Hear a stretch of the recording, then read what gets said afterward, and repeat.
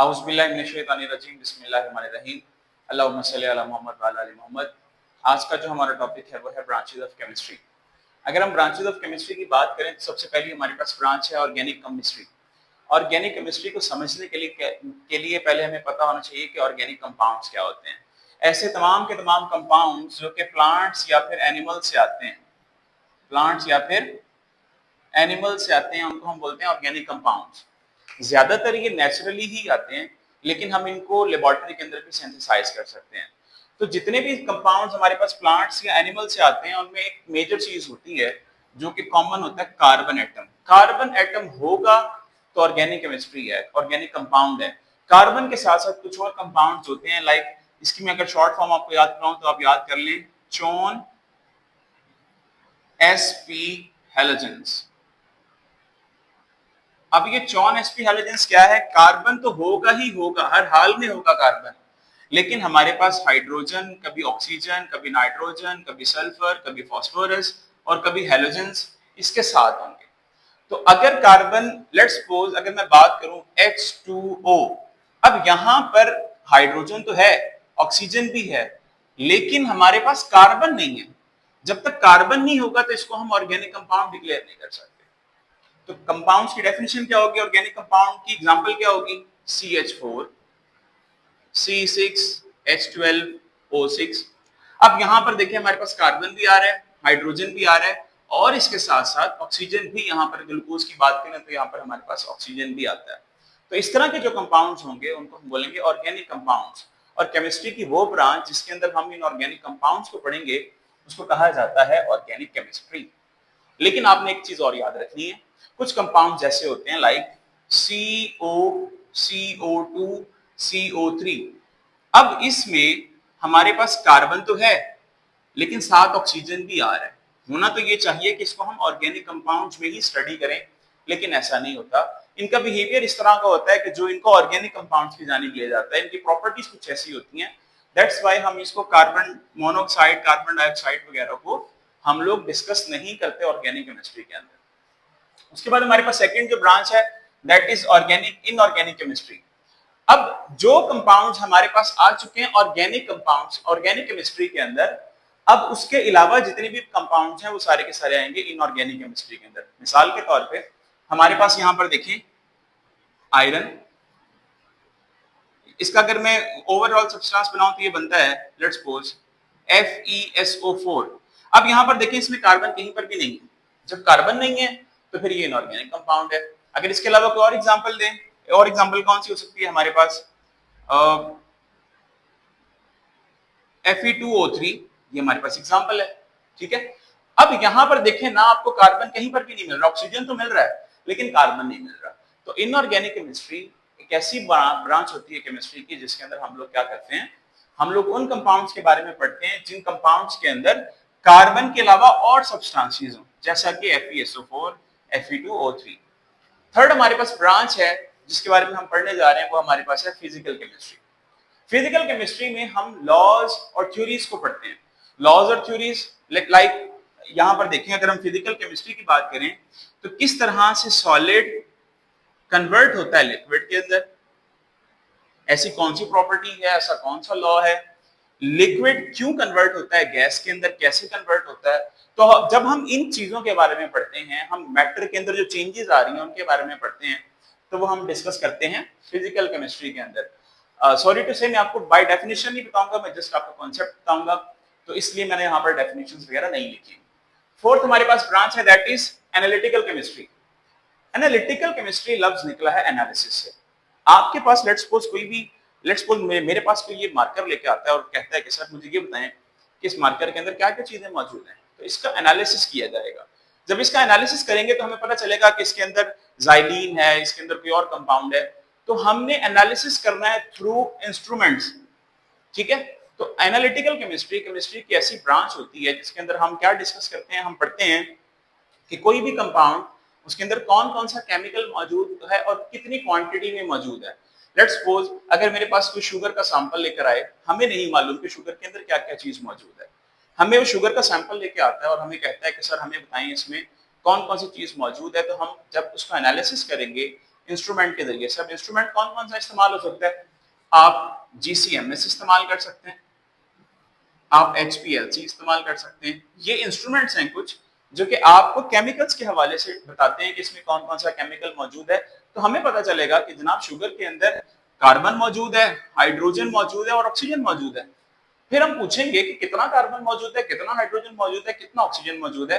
तो आप कहेंगे जनाब C6H12O6 मौजूद है। अब ये हमें कार्बन, हाइड्रोजन, ऑक्सीजन इसमें मौजूद है, इसमें कार्बन कितना मौजूद है, हाइड्रोजन किस क्वांटिटी में मौजूद है, ऑक्सीजन किस क्वांटिटी में मौजूद है, ये कहां से पता चल रहा है? एनालिसिस करके। और एनालिसिस कैसे किया जा सकता है? Through analytical chemistry. तो वो ब्रांच केमिस्ट्री की जिसके अंदर हम एनालिसिस करते हैं थ्रू डिफरेंट इंस्ट्रूमेंट्स, कुछ टेक्निक्स इस्तेमाल करते हैं और फिर हम ये पता चलाते हैं कि किस स्पेसिफिक केमिकल के अंदर कौन कौन सा कंपाउंड मौजूद है, कौन कौन से सब्सटेंसेस मौजूद हैं, कितनी क्वांटिटी में मौजूद है। तो उसको हम पढ़ते हैं एनालिटिकल केमिस्ट्री के अंदर। उसके बाद हमारे पास फिफ्थ ब्रांच हमारे पास आती है बायोकेमिस्ट्री। अब बायोकेमिस्ट्री क्या चीज है? बायोकेमिस्ट्री केमिस्ट्री की वो ब्रांच है जिसके अंदर हम पढ़ते हैं कि हमारी बॉडी के अंदर प्रोटीन कैसे बनता है, हमारी बॉडी के अंदर अगर बोन्स के अंदर कैल्शियम डिपॉजिट होना है तो कैसे होना है, अगर हमारी बॉडी के अंदर डाइजेशन का प्रोसेस हो रहा है तो वो डाइजेशन का प्रोसेस कैसे हो रहा है, रेस्पिरेशन के अंदर कौन कौन से सब्सटेंसेस एक्सचेंज हो रही हैं, गैसेस एक्सचेंज कहां कहां पर हो रही है, वो तमाम की तमाम चीजें इसमें बायोकेमिकल प्रोसेस, जो ऐसे प्रोसेस जो कि हमारी बॉडी के अंदर हो रही है, लाइक डाइजेस्टिव एंजाइम्स काम करते हैं डाइजेस्टिव सिस्टम के लिए, वो बायोकेमिकल प्रोसेस हैं। अगर प्रोटीन बन रहा है हमारी बॉडी के अंदर, मसल्स बिल्डअप हो रहे हैं, हेयर्स आपके अच्छे हो रहे हैं, तो ये सारे का सारा फिजिकल चेंजेस आ रही हैं बॉडी के अंदर। और वो कैसे आएंगी? वो बायोकेमिस्ट्री को जब हम स्टडी करेंगे, जब हम पढ़ेंगे कि कौन सा फिनोमिना है जिसके थ्रू प्रोटीन बनता है, कौन सा फिनोमिना है जिसके थ्रू हमारी बॉडी के अंदर डाइजेस्टिव सिस्टम काम करता है, ये तमाम की तमाम जब हम चीजें डिस्कस करते हैं तो हम करते हैं बायोकेमिस्ट्री के अंदर। इसके बाद हमारे पास नेक्स्ट ब्रांच है that is environmental chemistry. Environment हमारे इर्द गिर्द तमाम की तमाम बायोटिक और एबायोटिक फैक्टर्स जितने भी होते हैं, बायोटिक फैक्टर से मुराद कौन कौन सी चीजें, ऐसी चीजें जो कि लिविंग हैं, प्लांट, एनिमल, ह्यूमन, बर्ड्स। अगर हम एबायोटिक फैक्टर्स की बात करें तो हमारे पास एयर है, हमारे पास लाइट है, पानी है, ये तमाम की तमाम चीजें हमारे पास मौजूद हैं।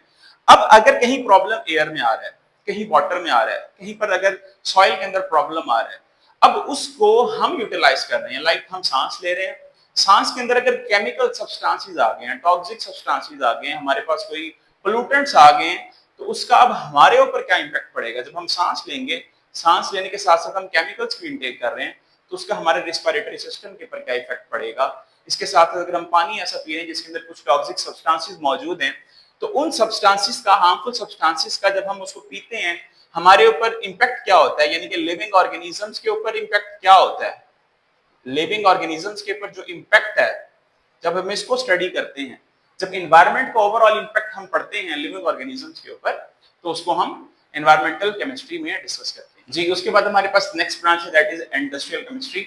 इंडस्ट्री के अंदर बेसिकली हम लोग क्या डिफरेंस होता है एक घर में चीज बनाने के अंदर और एक इंडस्ट्री के अंदर चीज बनाने के अंदर? इंडस्ट्री में बेसिकली थोड़े टाइम के अंदर ज्यादा चीज बन जाती है। तो बेसिकली हम लोग इंडस्ट्री में पढ़ते हैं लार्ज स्केल प्रोडक्शन कैसे होती है, ज्यादा क्वांटिटी पे चीजें कैसे बनती हैं, लिमिटेड रिसोर्सेज के अंदर कम लोगों से, यानी कि आपके पास मैन पावर कम है लेट्स सपोज, और आप कोई प्रोडक्ट बनाना चाहते हैं जो कि आपने ज्यादा बनाना है, तो उसके लिए आपको इंडस्ट्री का सहारा लेना पड़ता है। अब हर एक इंडस्ट्री केमिस्ट के ऊपर काम, केमिस्ट के साथ काम कर रही होती है। लेट्स सपोज हमारे पास एक फूड इंडस्ट्री है, एक हमारे पास फूड की बिस्किट की अगर फैक्ट्री है लेट्स सपोज, वहां पर केमिकल्स यूज हो रहे हैं, और अगर हम कोई और फूड की बात करें तो वहां पर प्रिजर्वेटिव्स वगैरह इस्तेमाल हो रहे हैं, तमाम की तमाम चीजें इस्तेमाल हो रही हैं जो कि लार्ज स्केल प्रोडक्शन में बनाई जा रही है, लार्ज स्केल में बनाई जा रही है। तो जब हम इसके बारे में स्टडी करते हैं that is about the industrial chemistry, कि कम से कम टाइम के अंदर लार्ज स्केल प्रोडक्शन आप कैसे कर सकते हैं, उसको हम इंडस्ट्रियल केमिस्ट्री में डिस्कस करते हैं।